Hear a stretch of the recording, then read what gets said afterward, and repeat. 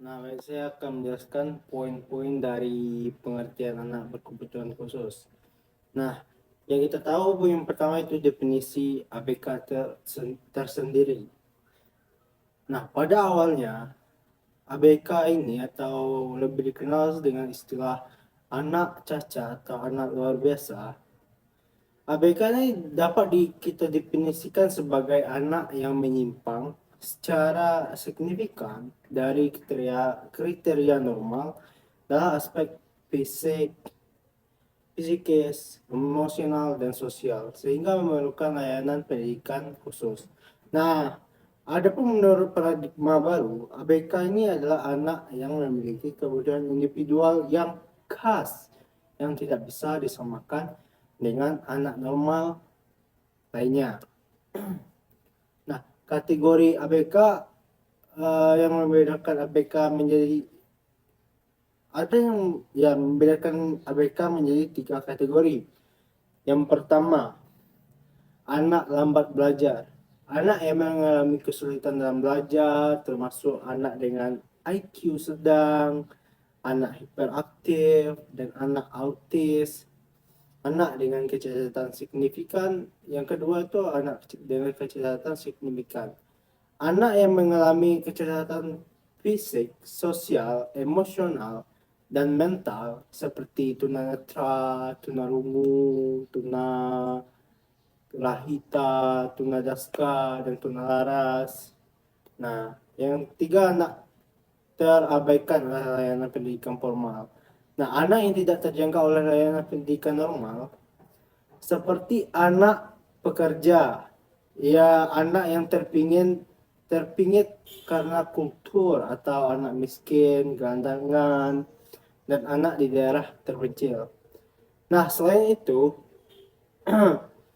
Rakornas PLB di Jakarta 2001 itu menambahkan bahwa ABK juga mencakup anak berbakat, anak autis, dan anak yang terkena dampak obat-obatan terlarang. Nah, faktor penyebab kelainan ini yang pertama itu adalah hereditas, faktor genetik.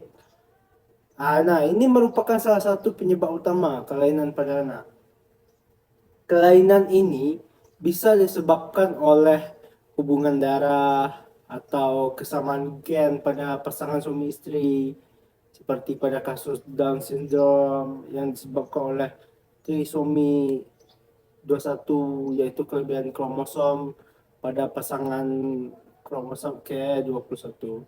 Nah, faktor genetik lainnya termasuk kelahiran prematur dan berat bayi lahir rendah gitu, BBLR, serta usia ibu di atas 35 tahun saat hamil. Nah, itu faktor genetik. Nah, selanjutnya adalah infeksi. Infeksi selama kehamilan seperti TORCH, Toxoplasma, rubella, entomegalovirus, herpes, polio, dan meningitis dapat menyebabkan kelainan pada anak. Nah, misalnya seorang ibu yang mengidap virus nih, Toxoplasma, memiliki risiko tinggi melahirkan anak dengan kelainan sistem saraf pusat. Nah, selanjutnya adalah keracunan. Nah, keracunan selama kehamilan dapat menyebabkan kelainan pada anak, misalnya penggunaan obat bebas tanpa penguasaan dokter atau konsumsi alkohol berlebihan oleh ibu hamil. Nah, ini dapat menyebabkan sindrom alkohol janin atau fetal alcohol syndrome.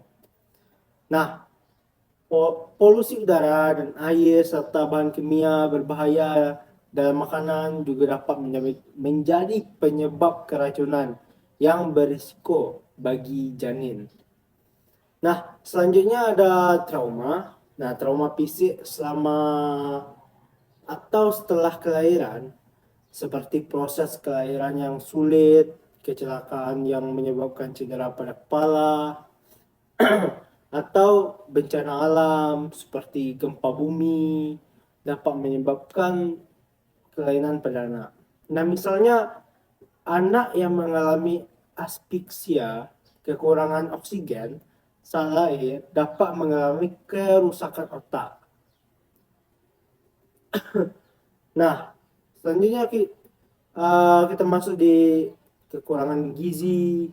Nah, kekurangan gizi ini selama masa tumbuh kembang anak, terutama pada tahun pertama, dapat mempengaruhi kecerdasan dan perkembangan fisik anak.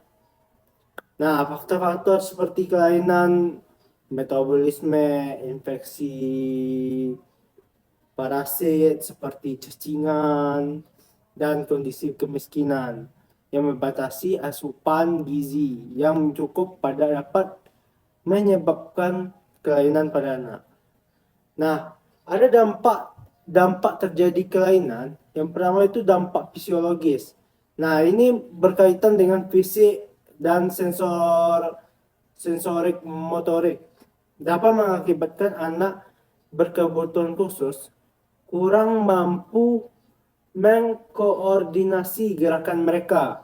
Nah, gerakan mereka tuh terbatas. Nah, anak-anak dengan kelainan berat mungkin baru mampu berjalan di usia 5 tahun atau bahkan tidak bisa berjalan sama sekali. Nah, atau bahkan mereka seringkali mengalami kesulitan dalam melakukan gerakan yang tepat dan terarah serta menjaga kesehatan mereka. Nah, selanjutnya adalah dampak psikologis.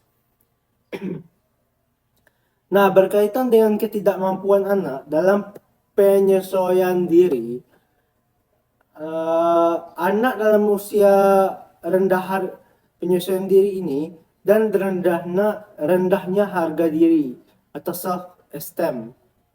Nah, anak-anak berkebutuhan khusus sering mengalami kesulitan dalam merespon tuntutan lingkungan yang dapat mengakibatkan dapat kena gangguan kejiwaan dan ketidakmampuan dalam pengenalan diri atau tidak bisa mengontrol diri dengan baik dan benar. Nah, yang ketiga itu adalah dampak sosiologis. Nah, kehadiran anak berkebutuhan khusus dalam keluarga dapat menyebabkan berbagai perubahan yang menyebabkan emosional dan sosial.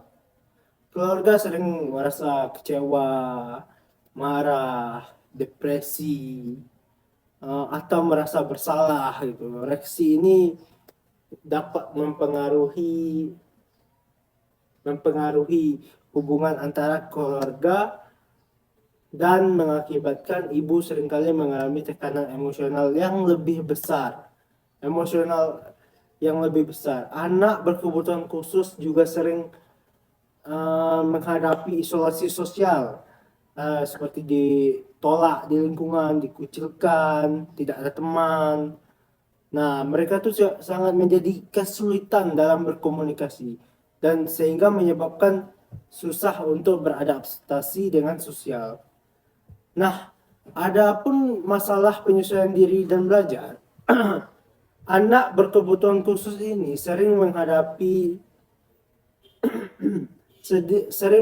kesulitan dalam aktivitas sehari-hari. Nah, seperti makan, berpakaian, dan menjaga kebersihan mereka.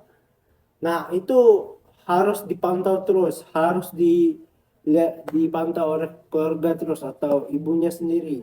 Harus dipantau terus. Nah, ini menjadi hambatan penyesuaian diri dengan mereka. Nah, adapun selanjutnya itu peran dari guru. Guru harus menemukan cara mengajar yang benar untuk anak ABK atau menyekolahkan anak ABK ke sekolah-sekolah khusus mereka seperti sekolah sekolah luar biasa, SLB, atau ada kursus terapi di tempat-tempat terdekat. Nah, ini akan meningkatkan bagaimana kinerja otak dari anak tersebut yang terkena ABK. Nah, ini juga sangat sulit untuk diterima di masyarakat. Mereka akan sulit beradaptasi dengan lingkungan dan juga sering mendapat penolakan di masyarakat. Nah, saya rasa itu saja. Cukup ini. Assalamualaikum warahmatullahi wabarakatuh.